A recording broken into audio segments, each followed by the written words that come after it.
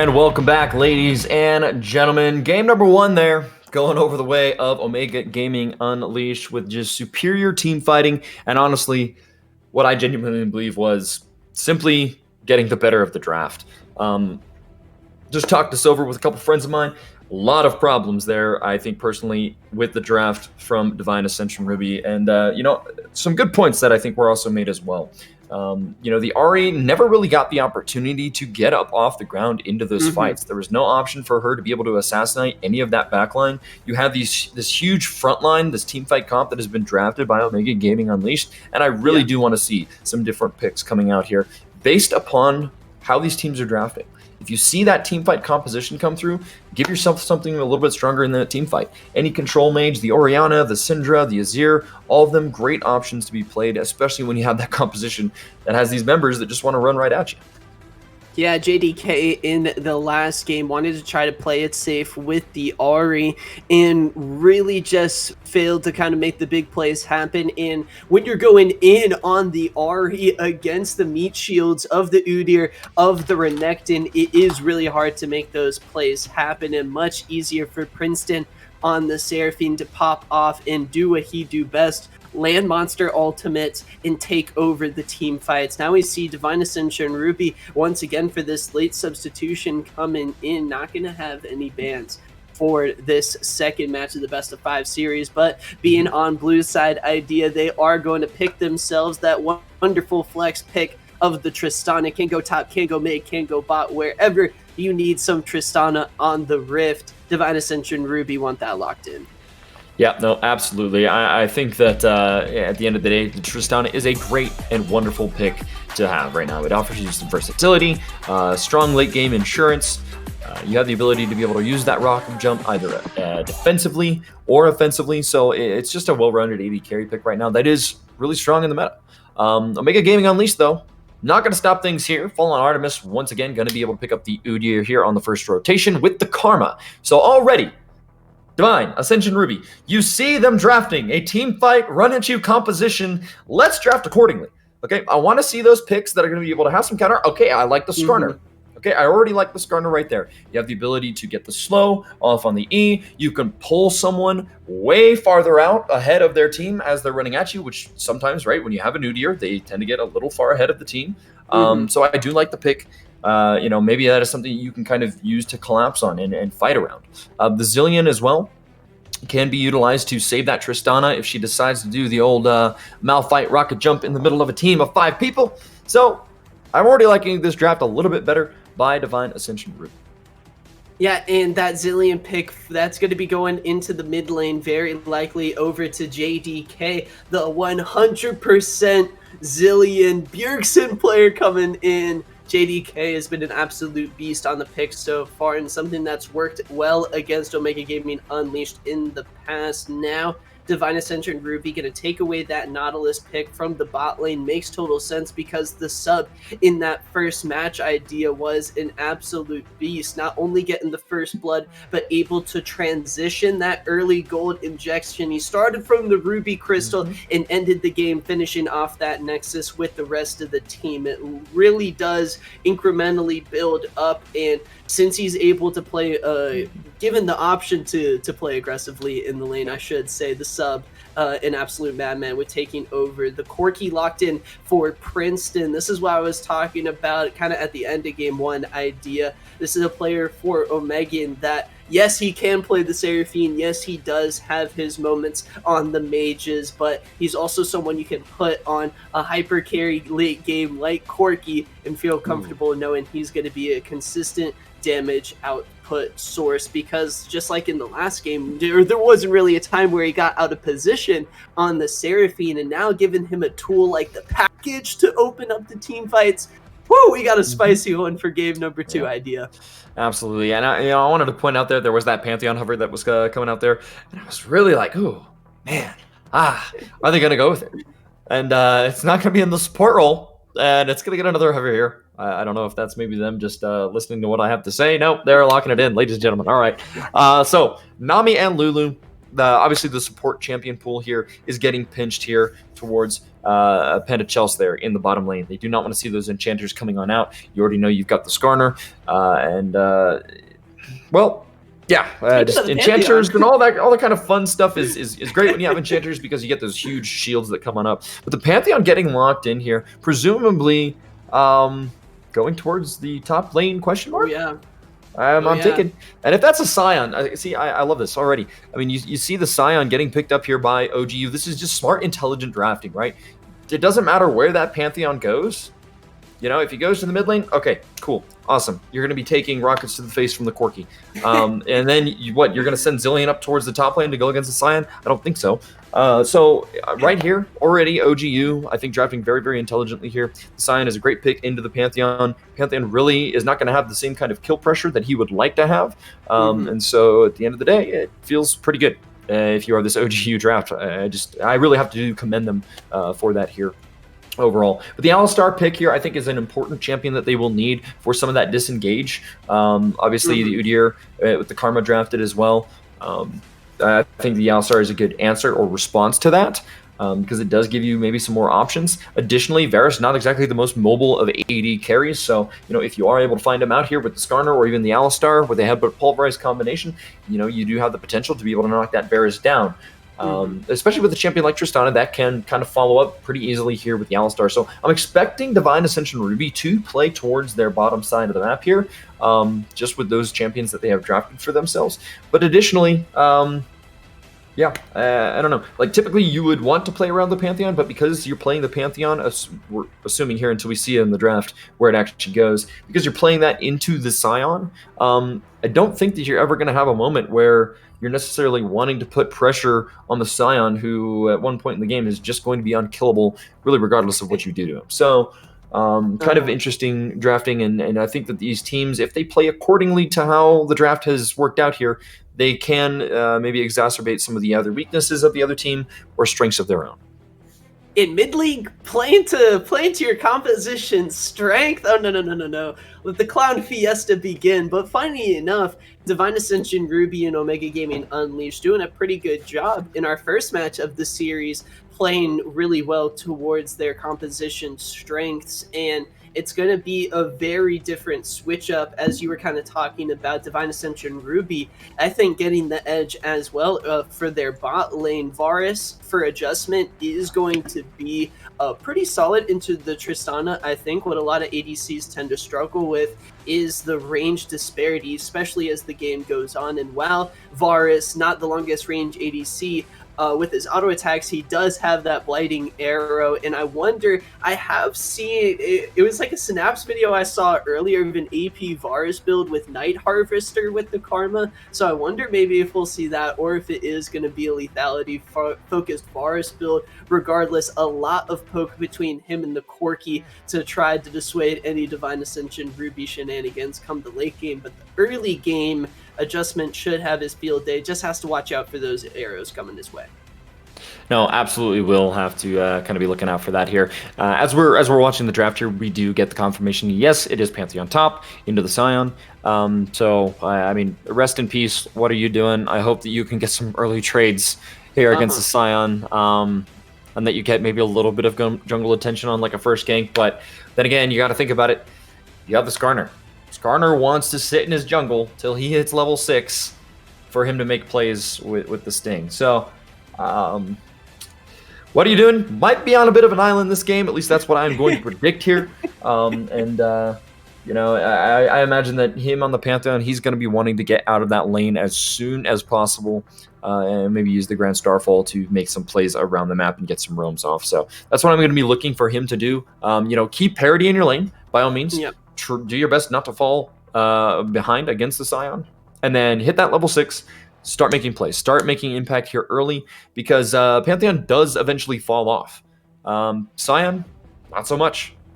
He's going to be huge. He's going to be a big, beefy, tanky boy up there in the top lane, and it could be a little bit of a difficulty for this squad to be able to burn and turn and burn through that Scion. The only real consistency in damage that you have is from this Tristana. Zilean, yes, he's got some AP damage, but he's not a He's not known as being this AP control mage that can dish it out. So realistically, Cyan here, he's building maybe a Dead Man's Plate. He's building maybe a Thornmail at some point in this game. And he's just going to be a really, really big boy. Whew, yeah, get the ball rolling early. That's all I can say. What Are You Doing did struggle a little bit in that first game we saw. Critically, Idea, I want to point out, when he tried to make the early rotation to the Dragon without using his teleport, he wanted to be there for the team and was caught out really awkwardly with the Garen pick because he doesn't have an easy engage tool or anything. He was kind of lost trying to look for the fight, didn't know which target to go for with the silence, with the spin to win, and thus resulted in a quick death and a lost fight for the side of Divine Ascension Ruby. But this time they're going into game 2 draft. They know they're going to be fighting over dragons, and as you mentioned before, the Grand Starfall really a solid tool with helping Divine Ascension Ruby potentially look for some of these objectives. And with the teleport to boot, it gives them so much flexibility in terms of how they want to play around the map. Now, are they going to be able to play around the map better than Fallen Artemis's Udyr? Idea, that's for us to see on the Rift, and I think that's going to be a big decider in this second match of the series. Yep, absolutely here. I mean, at the end of the day, if you don't get the ball rolling here for DAR, you are going to have a very, very long uphill battle here for you in game number 2. But with that being said, ladies and gentlemen, let's actually see what these champions and what these players can do out there on Summoner's Rift. That's what we came here to see. We came here to see good League of Legends. We came here to see these teams fight to the end. And with that being said, we're going to switch it on over to intermission as we get ready to gear up for game number 2. So do not go anywhere, ladies and gentlemen. We will see you here on Summoner's Rift in just a moment. Again, I'm the Idea PC, joined by Mac Dewey here on the desk. I hope your bingo card's looking good, by the way. I'm only a couple squares away from bingo, so be watching out, ladies and gents. But with that said, we will catch you in a bit.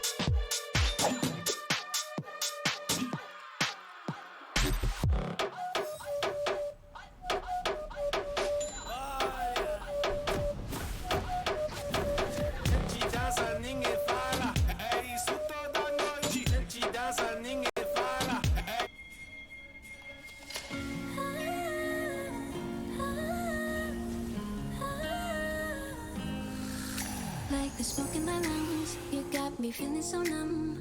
Oh, all I felt was you. I was out of my mind. You were killing me inside. Yeah, I know the truth. I know it's that I think of you. I'm losing sleep. I don't know what it is you do. The moment that you walked into my life, I started to fall head to toe for you. No, I just can't get over all the games we played. I lose myself in your abuse. You split my heart into two.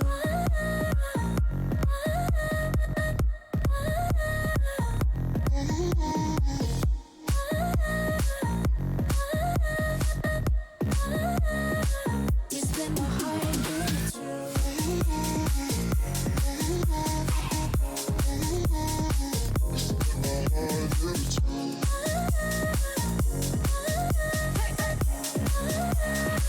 You split my heart into two.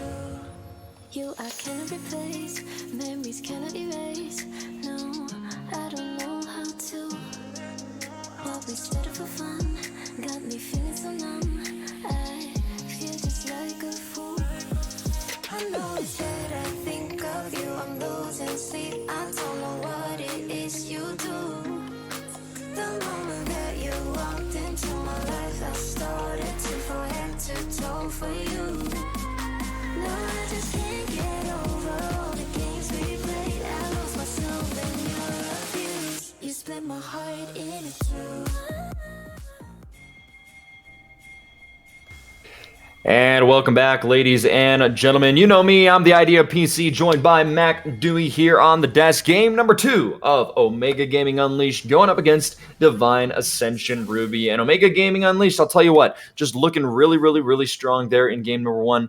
They had the big brain drafts coming out here in both game 1 and game 2. I think really drafting well and really solid team compositions that lack any real inherent weaknesses. So good to see that coming out here from this squad. But Divine Ascension Ruby looking to try and come back and bring it here for game number 2. And I do just want to point it out. The No Fear Wolves ended up beating AoE God Squad in the first match of their best of 5. And so the dream right now of that lowest seed, going up against Meme City Esports, which would be the No Fear Wolves, Yep. and allowing Omega Gaming Unleashed or Divine Ascension Ruby to play their rival in Glaive Esports is still alive.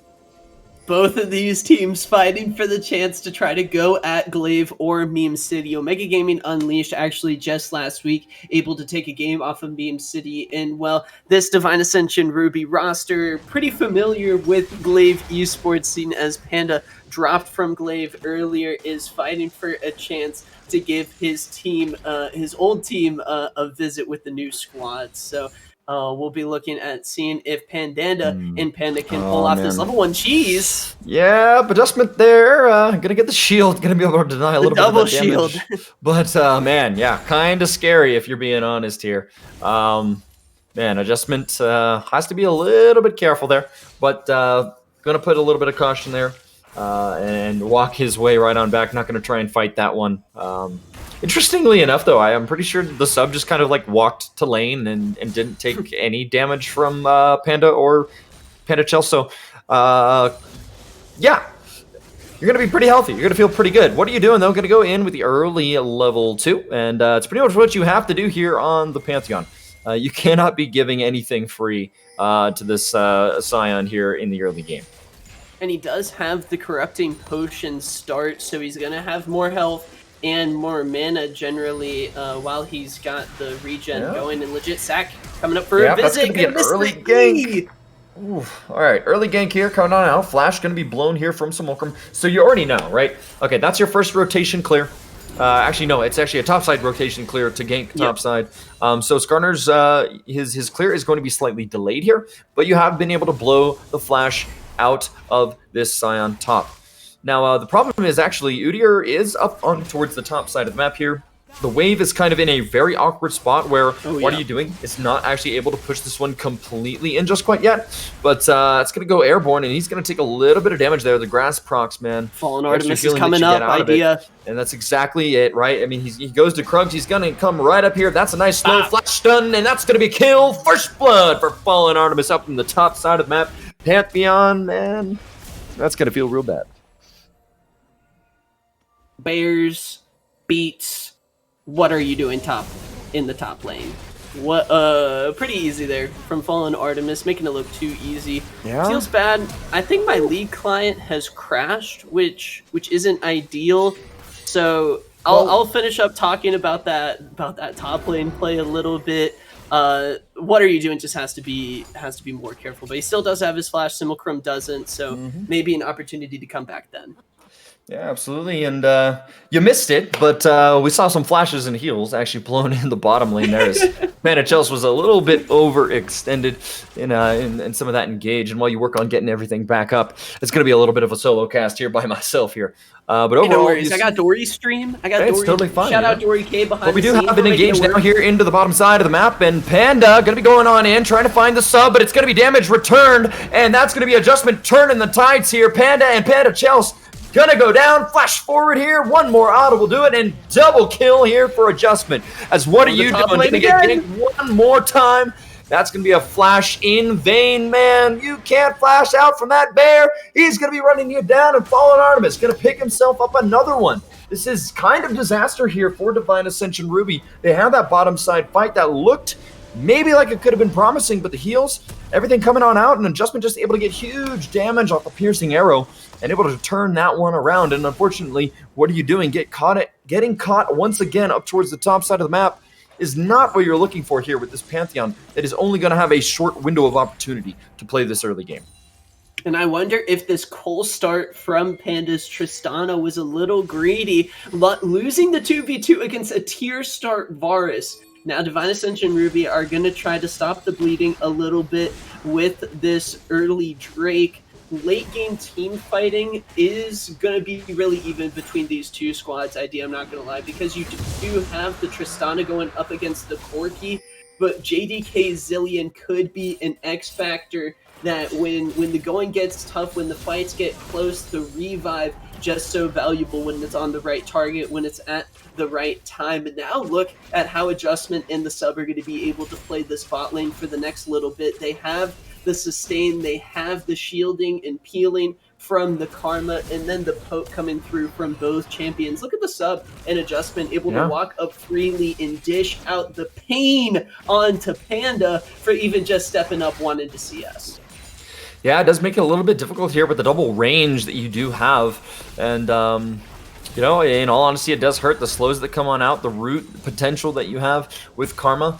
And Fallen Artemis actually pathing up towards the top side here one more time, but a nicely placed ward there in the river will be able to save him from falling prey to another gank from this Udyr, which is absolutely vital at this point in the time that you're not giving up any more gold, you know, to this Udyr, who is going to be very strong. He's got the completed Ionian boots, a couple ruby crystals as well, so he's going to be feeling pretty healthy walking through this jungle, and he's going to be able to clear actually pretty dang on fast. So could be a little bit of trouble here as this Udyr continues to kind of farm up in this jungle. Those two early kills are going to help him channel the speed force. But that's the re-engage coming on in. Legit sack there. Going to be able to find the stun. Going to be able to find a little bit of damage. Adjustment will get shut down as Panda is able to find the gank with the Skarner coming on in now level 6. And a fight for the blue buff is going to go the way of Fallen Artemis. As what are you doing is trying to fight it here momentarily, but Zilean JDK has arrived. Princeton, though, with the rockets coming up and over the wall. It's going to be a 1-for-1 so far. I like that. Oh, they don't want to kill him. Tried. Oh, there he is. They really, really did try. That's the re-engage now, though. Princeton maybe in a little bit of trouble. He's out of mana here. What are you doing? Has the Conqueror stack, and this Pantheon that had a struggling early game is actually making it happen here. He will most likely go down. I do not want to get your hopes up here, but what are you doing? Trying to make this happen, but the stun comes on through. JDK trying to buy his top laner a little bit of time, and actually, they're finding a way to turn this one around. Simulcrum just not able to get there in time. They heal up a little bit. Fallen Artemis with the bear stance is in hot pursuit. The fight's going to continue. That's the stinger now. Going to get stunned up, going to get locked up, and Simulcrum going to fall on down here. A little bit too confident here from Omega Gaming Unleashed, and a nicely timed slow from the Zilean there. Able to wrap that one up. What a scrappy fight. I mean, you had this Pantheon that went in. Honestly, it kind of looked like he was inting, because he walked in when he knew that the top lane from Omega Gaming Unleashed and this Udyr, who already had a lot of gold, were there on that buff. Yeah, okay. You took some damage, you pop the Zillion ult, but at the end of the day, you're able to trade some of that gold back. You get 3 kills on the Pantheon, which I think is absolutely huge. So, it's very, very well done. Idea, I want to remind you, hopefully, knock on wood. If I knock on wood, I don't caster curse anyone, right? I think that's how it works. Hopefully so. I don't have any JDK wood does here. have a 100% win rate on the Zillion pick, and for reasons as just displayed in that earlier fight, what a clutch ultimate coming through from him. He's going the Everfrost as well, which should nicely set up double bombs in future fights, a potential way for Divine Ascension Ruby to just kind of pop off and catch Omega Gaming Unleashed kind of sleeping, especially if Fallen Artemis and Simulcrum are just going to be running at you. They can be in one place for a very, very long time because you hit them with the snare. Everfrost, I think, lasts for 1.5 seconds, and then another stun on top of that, and that gives Panda free reign, especially from a long range as the Tristana continues to level up. So Divine Ascension Ruby, I think, with that scrap in the top lane, able to certainly come up. Chels, though, in a little bit of trouble and way too overextended. Just gonna find the Infernal Chains, and Fallen Artemis gonna follow it up there with another bear slap to the face. Cal's gonna turn into beef tonight, and unfortunately, just gonna get caught out. I mean, it was kind of unfortunate there, right? You had legit sack that was coming in, and they were looking for a play and a gank down towards the bottom side of the map there. But unfortunately, Fallen Artemis just gonna kind of walk out of the fog of war. And all of a sudden, you are in a very, very precarious situation where you're the one support caught between 3 members of Omega Gaming Unleashed with no counterplay. And Pandana not quite level 6 yet, didn't have the Unbreakable Win, and Panda gonna get rooted up and shot down? No, too close. A little bit too close for comfort there. Kind of scary, honestly. I almost thought we were going to see a Comet kill actually come through there. But at the end of the day, yeah. Down with the package. Yeah, he's gonna find it there. But Princeton here gonna be looking for this Ocean Dragon. They do have the priority there. Unfortunately, being able to knock Panda out of lane means that you have priority here towards the bottom side of the map, and Ocean Dragon is the prize to claim. So a little bit of passive regeneration and healing going to be coming out here, and I think it's good to be able to deny that from the side of Divine Ascension Ruby, because yes, okay, you might say it's only 2.5% HP every X amount of seconds, 5 seconds, I believe. But it really, having that on your Scion is great. Especially when you have Adjustment and the sub that want to throw out these skill shots and poke you down and whittle you away. As long as you're not giving that to Divine Ascension Ruby, that passive healing with that dragon, you can kind of continue to execute on that plan, though. Princeton, though, going to get knocked up here, and there it is. Grand Starfall coming on in, stunned right on up. And what are you doing now is on a rampage. Give this man 4 kills, and I guess we'll see what he can do with it. He's actually playing it pretty well so far, I do have to say so myself, after having a really kind of horrendous early game. But now the teleport's coming on, and Scion is on his way, ladies and gentlemen, and he's going to be looking to wrap around here. Maybe we see the unstoppable onslaught, maybe not. We don't need it. That is going to be the piercing arrow, finding the back of Panda, and Adjustment picks up his 3rd kill of the game. But now a re-engage here in the middle of the map, and really not a whole lot. Kind of CC doesn't land here, all left, right, and center, and no more bodies will be found. Artemis with the turtle stance, able to absorb all the pain that was coming his way. Really, what are you doing in JDK? Not a lot of damage on these guys just yet. When you get that Eclipse completed, as well as when Jay gets some more items, some more AP fueling the time bombs, that's really when a pick like that onto Fallen Artemis will maybe result in a kill. That dragon, though, picked up Omega Gaming Unleashed. Again, a team that loves to play around stacking dragons as their win condition, and going to be really happy to finally give this head Udyr, Fallen Artemis, who's been pathing really well, who has a huge CS lead. They had the package as well to secure that dragon, and every other dragon fight or so, or maybe even every dragon fight, Princeton going to be looking to fly in with the package, and just the threat of that is going to be really difficult for Divine Ascension Ruby to try to play around. It's going to be up to JDK and Legit Sack, I think, to work together to really juice up this Skarner, to just give them the zoomies with the Zillion E and the Turbo Chem Tank to find an important pick onto either the Corki or the Varus. That there could be the linchpin for Divine Ascension Ruby, as even a pick like this would be huge. Yep, not quite able to find it just right there. But, yeah, I was just kind of thinking about the team compositions here. And, I don't know. Chat can flame me for this one. I don't really know. And this might be worthy of some flame. But, I'm just thinking, it's like, okay, I'm playing Skarner, right? I've got my chem tank, and hold on, we've actually got a teleport play down here towards the bottom side. I don't know if it's going to turn into anything here as OGU is trying to back themselves away. A nice Infernal Chain, though, will be the disengage that they needed as Simulacrum going to be actually knocked pretty dang on low there by the Pantheon. So, I mean, at the end of the day, after he was able to get those kills, this wasn't looking really that bad. I do want to give a shout out there, though, to my boy King Tiltlord, who was there from the start of my casting career. So, I do see you, my friend. But anyway, with that being said, my theory crafting, right? Chat, feel free to flame me. Skarner with a Quicksilver Sash, okay? I know it sounds absolutely ridiculous, but I'm gonna make a case for it, and I want chat to really kind of either give me the yay or nay on this one, right? It's not like a second half item build or even maybe a third item build, but as these team fights get later and later into the game, right?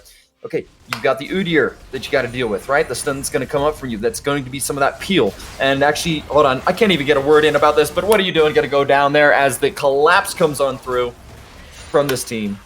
VD, thank you for the slow roast on the spit, but in all honesty, yeah, you get a QSS, right? And it stops you from being slapped in the face by the bear. It stops the infernal chains from stopping you. It stops you from getting rooted by the karma. And maybe, just maybe, that QSS gives you the ability, if you don't have the flank, to get the pick. And it benefits you with a little bit of that magic resist that you're going to be getting from the Corki, as most of his damage profile is magic damage, and the karma as well, with those Qs that are going to be constantly coming out. So I think that maybe there's a case for it. Chat, is this a yay or a nay? Please, let me know. I don't know. Can I say maybe?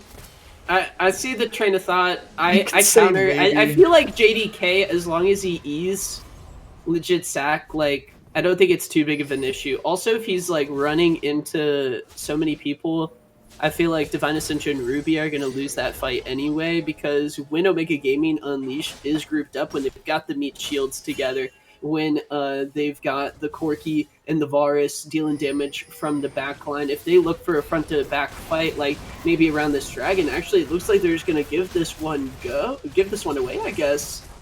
Divine Ascension Ruby with the faster rotation. Omega Gaming Unleashed may be unprepared for a move like this. Wow, Legit Sack just going to be able to move in. They're trading the top lane turret, which on the Scion, pretty okay. He's just going to be a bit of a tankier boy. As long as Panda on the Tristana keeps on scaling, I think Divine Ascension have a chance in this fight. I think that's the big win condition for them, and the QS. No, absolutely. Is, a little minor. That would be a spicy pickup though. I like the non-cookie cutter builds for League of Legends, like shout out Princeton building Staff of Flowing Water with no other AP champions. Yeah, I mean, and it is like, it's like a fringe, like, fourth item pickup that you get at the end of the game, where you're like, man, if you're really feeling the woes of DC, like, maybe you get it, right? But anyway, I'm not gonna die on that hill. I get it, chat, I do. But anyway, with that being said, this game coming along here pretty smoothly. The Cloud Dragon pickup, though, is really, really big, I think, for Divine Ascension Ruby. Again, you get that passive move speed that you always hear, as Ale talked about, and flashes going to be exchanged there in the mid lane. The sub, he just, like, flashed and then didn't move. He was like, I dare you, chase me, try it. Flash for flash, Pandanda does have Hex Flash, therefore... Worth. Simple as that. Hex Flash, the great flash equalizer here in League of Legends. Something like that, I guess, here. But Pantheon, since the early stages of that game has been relatively comfortable, actually might be able to find Princeton out here. Going to be able to trade a bit of damage there right on back, and actually he's going to get a night flash forward here. Now looking for the auto, will be able to get it, but that's going to be the trade. No, thank you. That's going to be a little bit of healing coming out here with those runes. Thank you very much, and will Grand fall himself away. But Panda is going to get caught out with Infernal Chains, but just not enough damage follow-up to be able to get him down. A nice headbutt pulverize, though, finds this onto 2, but Panda Chels is not going to have anyone else around him to be able to dish the damage out. Panda, though, one more auto will find adjustment. That's the kill going the way here of Divine Ascension Ruby.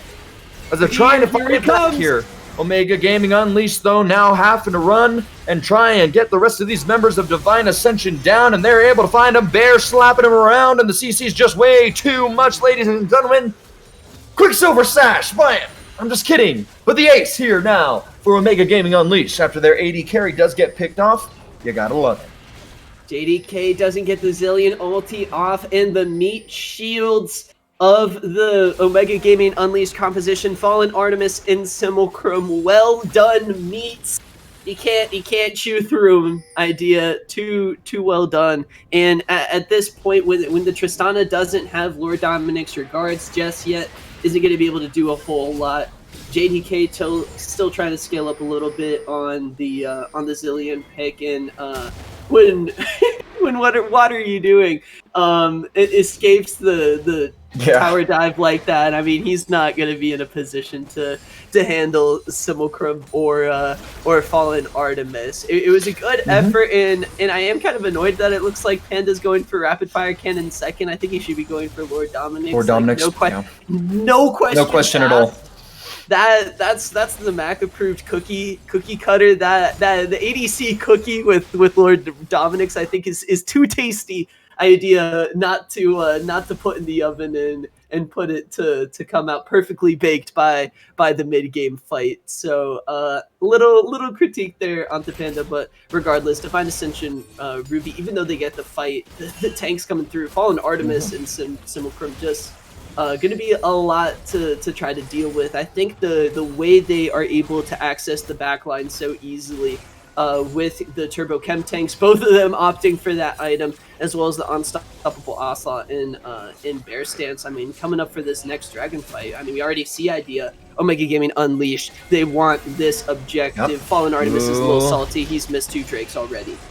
Yep.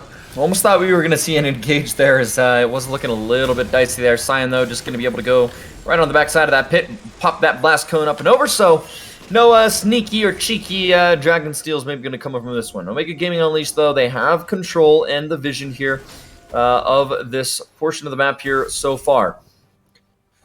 That's going to be Divine Ascension trying to maybe get a little bit of something here, though. But Grand Starfall now coming on in. You're going to be going on in, trying to find the backline, but it's just going to get rooted up and seed here. Simulcrum there, going to be on the front line, tanking up the damage here as Panda Chelsea's getting very low. But Simulcrum going to burn away here by this Tristana. And that's going to be a 1-for-1 trade. The tanky boy is down here for Omega Gaming Unleashed. And trying to finish him off. The arrows and the rockets are coming through. Omega Gaming Unleashed, they're going to try to look for the dragon. JDK still has flash, still has ulti. But Divine Ascension Ruby not wanting to take the fight, just want to try to walk away after that one. The damage is really high. And JDK, missing the combo there. Yeah, nice little flash there out from some.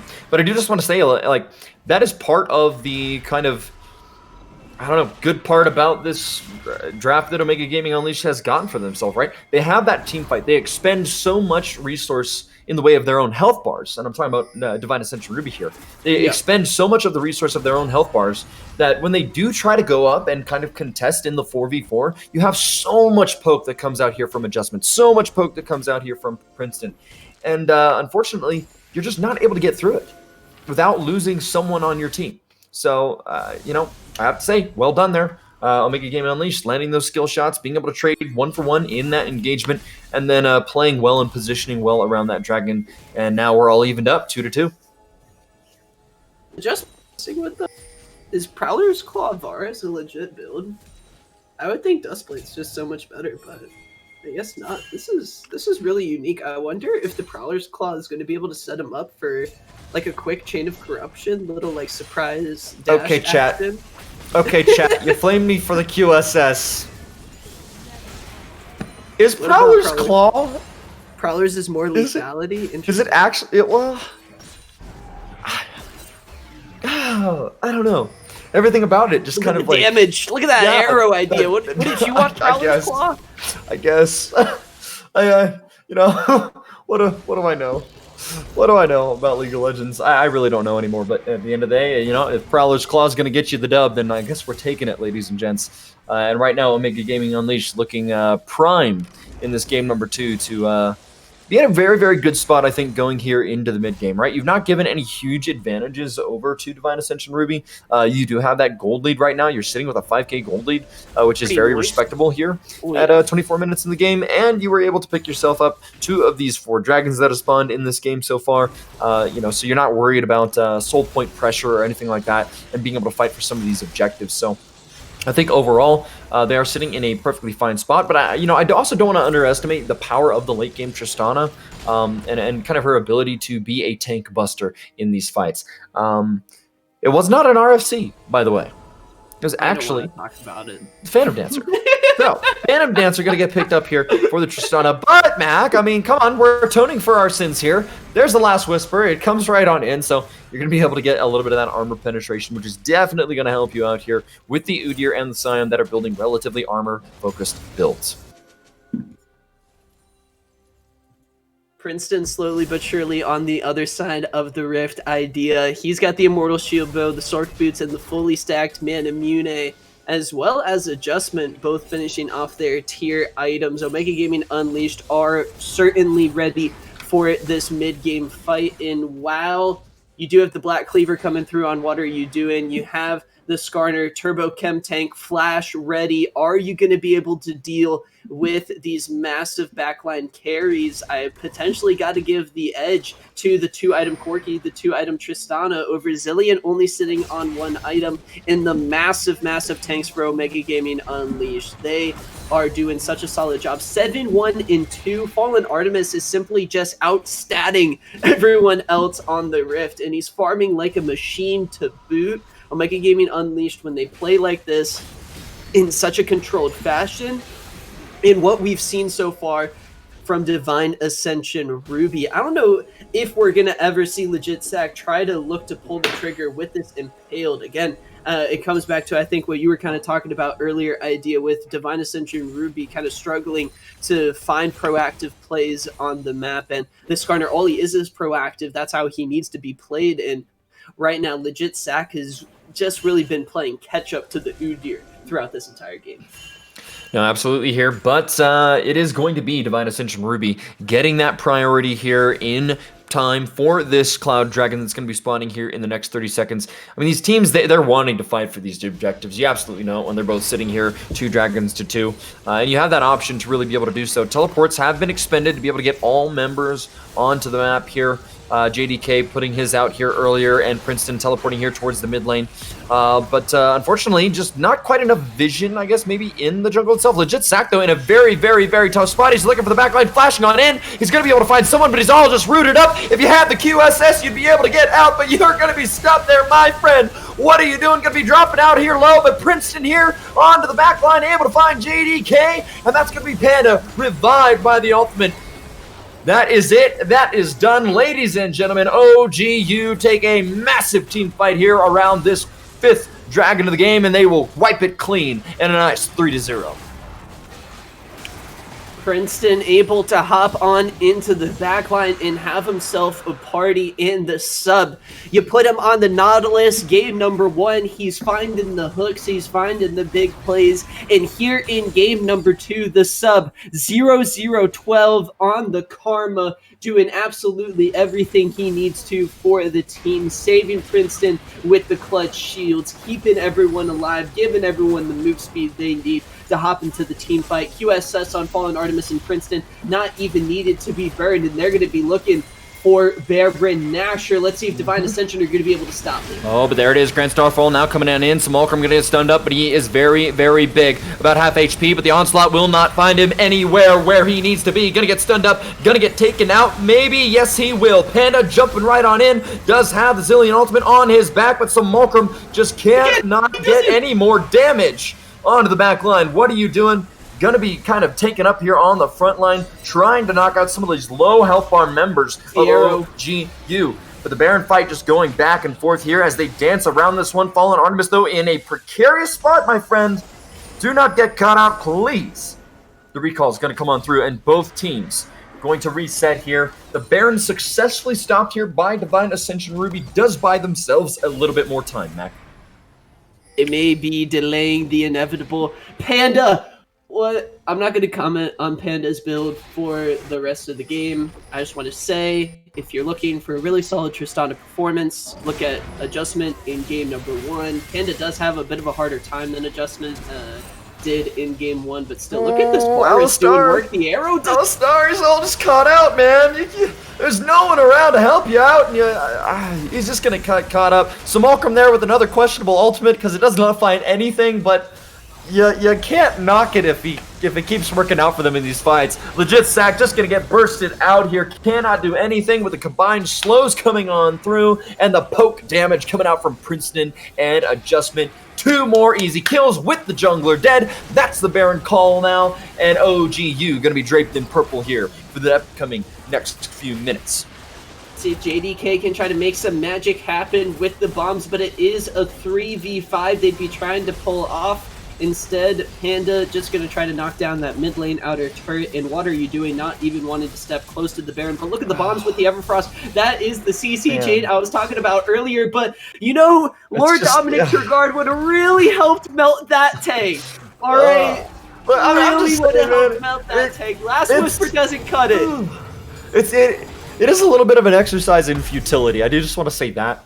It is kind of just... not disappointing. I don't want to say disappointing. It's just like, man, I'm watching this Tristana pump like 20 autos into this Scion, and Scion's just like, yeah, man, it's cool. I got shields. Like, no big deal. It just feels real bad, man. It feels real bad. Because, I mean, Simulacrum, yes, he is playing very far forward. He's using the Unstoppable Onslaught in ways that are really weird, maybe.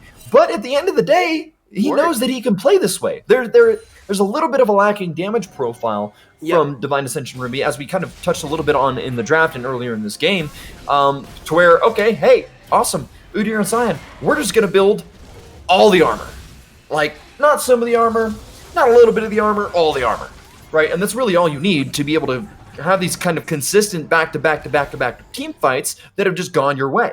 And, I mean, we're now starting to see that here, where the last 3 have gone their way, and that has resulted in multiple towers, objective control here, and a Baron Nashor here to start the siege of the base.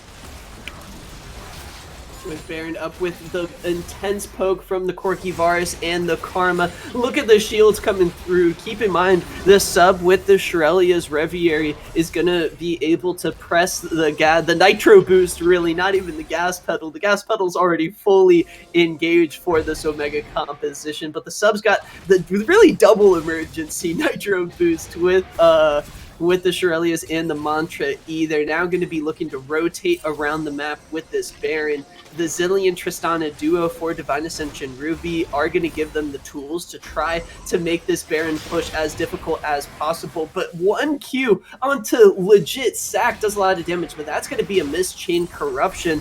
Adjustment kind of wishing he's going to have that one back, but look at looking for the fight now there. That's going to be Fallen Artemis getting caught on out now. Teleport coming in here from Princeton. You know that Divine Ascension Ruby is wanting to play this one aggressively, but maybe it's just a little bit too much. Flash is going to get popped on out, and Fallen Artemis almost going to go down there. Legit Sacco flashing forward, looking for it. The Impale, but not quite in range to be able to pull him back underneath the tower. A lot of low health bars here from this Divine Ascension Ruby squad, especially when you're dealing with so much poke coming out from Princeton and from Adjustment. It makes it extremely difficult. Oh my goodness, legit Sack gonna survive with less than 50 HP there. That's exactly what I'm talking about. You just cannot stick around against this composition. And if that first engage does not actually come through, it's really, really difficult for you to continue in those fights if you're not able to find the pick with that Skarner. And exactly like you said, Mac, Console gonna get picked on up here. What are you doing? Gonna be going right on in here into the face of Simulcrum and the sub, trying to save this tower, doing what he can to do, and will successfully do so now. But Console going on over is huge here for Omega Gaming Unleashed. Fallen Artemis is going to be even faster now on this Udyr, and the engage options just kind of continue to open up for this OGU squad. Is this the secret strat for League of Legends idea? You just play move speed comps, and then even if it's Cloud Drake, you know, like if it's any other Drake, you kind of win usually automatically, right? Like Infernal, Mountain, Ocean, I mean, you're just going to be popping off in fights. But with the Cloud Soul, this composition really comes together. Yep, Panda just going to get knocked down there really, really easily now. Princeton going to be going right down there on a killing spree. And the sub trying to speed up the rest of this team comp here. Ooh, but it's going to get knocked down to a couple HP. Couple hundred HP there. JDK, though, in a little bit of trouble here. Has to back away. Does have the Chrono Break, but you don't want to use it on yourself if you do not have to here. Elder Dragon, going to be in 5 minutes. Baron here in a minute and a half. So, objective right now, go ahead. Clear out the jungle. Continue to grow that 8K almost gold lead here and try and get a couple more of these turrets knocked down. What are you doing? Cannot do much against this top lane push here. 4 members of OGU up against yourself. Not exactly the place you want to be in. This push, Baron Asher are going to be respawning in a little over a minute. Fallen Artemis rejoining the team. The poke may not be enough here. Slowly but surely, Adjustment is going to be trying his damnedest to whittle down the HP bars of the Divine Ascension Ruby base defense squad, but it is going to be a long haul to eventually get down there. We're going to get another fight in the jungle. That's another fight there. Panda Chell's going to get knocked down really, really, really low. Flash coming out here from Fallen Artemis. We'll be able to find the stun. We'll be able to find a stay on to JDK. That's going to be easy too. Picked up here as Panda is not able to get on out. And Fallen Artemis now 8-1-8. Yes, sir. Thank you very much. Give this Udyr a round of applause, ladies and gentlemen. But I was going to say, Mac, it's so difficult. So dang gone difficult for this Divine Ascension Ruby squad to even walk in their own jungle when it is so absolutely dark. You cannot be going for these kinds of plays. You need to be trying to do that stuff when the objective is going to spawn, not a minute and a half before. And now this could be the game. Looking at the death timers, JDK not going to be up to defend the squad. It's a 3v5 and already a pick coming through the Grand Starfall. Could maybe, he didn't even want to go in with that. It was a fear tactic there. Size. It was indeed. Size, puff up the chest. Let's get the the viper wings going. I don't know, the head thing the cobras do. I don't know. I got you. Anyway, I got you idea. Don't worry, man. Though, Baron Asher just gonna get picked up here for Omega Gaming Unleashed, and it's looking really, really, really clean at this point. At the end of the day, Omega Gaming Unleashed really just have to kind of coast this one right on through to the end, and they should be able to get a nice and clean, easy victory here in game number 2.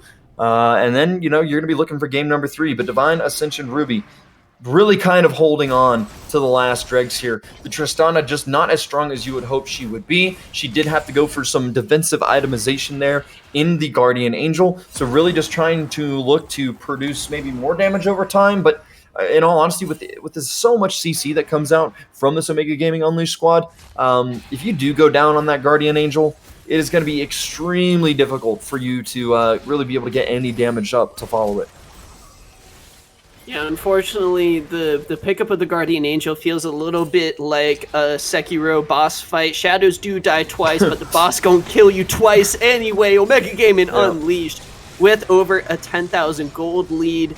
Fallen Artemis and Simulcrum leading the charge. The Zillion bombs certainly going to make storming the base a little bit tougher, but look at the wraparound They're going to be able to slowly but surely work their way through. They got the super minions heading into the top lane. Someone is eventually going to have to deal with those. I really like that they are sending What Are You Doing up to deal with the super minions because he has his ultimate available to join a potential fight. But look at the shields. Indeed. The sub with 1 E. Oh my goodness. It's like a quarter so much damage taken out. But the Grand Starfall is going to come down here now. Look for something. It's going to be What Are You Doing just all by himself there as the rest of OGU condenses and then recollapses. Double kill now here for Princeton as he's going around. Flash forward from adjustment. Will be able to find the damage. Will they give him the quadra? Yes, no, maybe. No, they won't.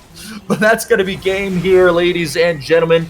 Baroned up minions in the base, going to be pouring right on through. The respawn timer's way too long.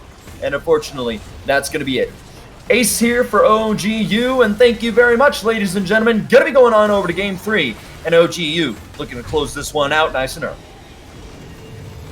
Unleashed on the Rift, and they are looking to get the brooms out of the closet and do a little cleanup crew after a series like this, popping off to an incredible 2-0 start. But I do want to point out that was a really long game. We were in there for quite a while, 38 minutes for Omega Gaming Unleashed to finally find the team fight they were looking for to break open the game. I do think that maybe Divine Ascension Ruby need to look to opt for some more scaling in their composition. Maybe a little Cho'Gath top in the top lane for What Are You Doing. That's just my Mac pick of the day. I think Cho'Gath's really good, like especially into the Scion. Like you want to infinitely scale health.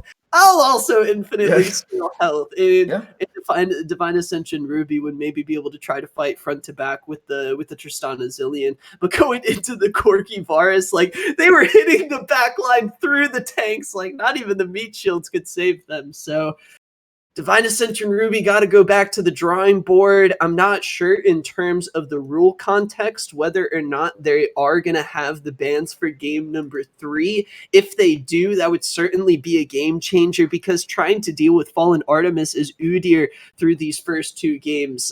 Divine Ascension Ruby haven't found the right recipe for it.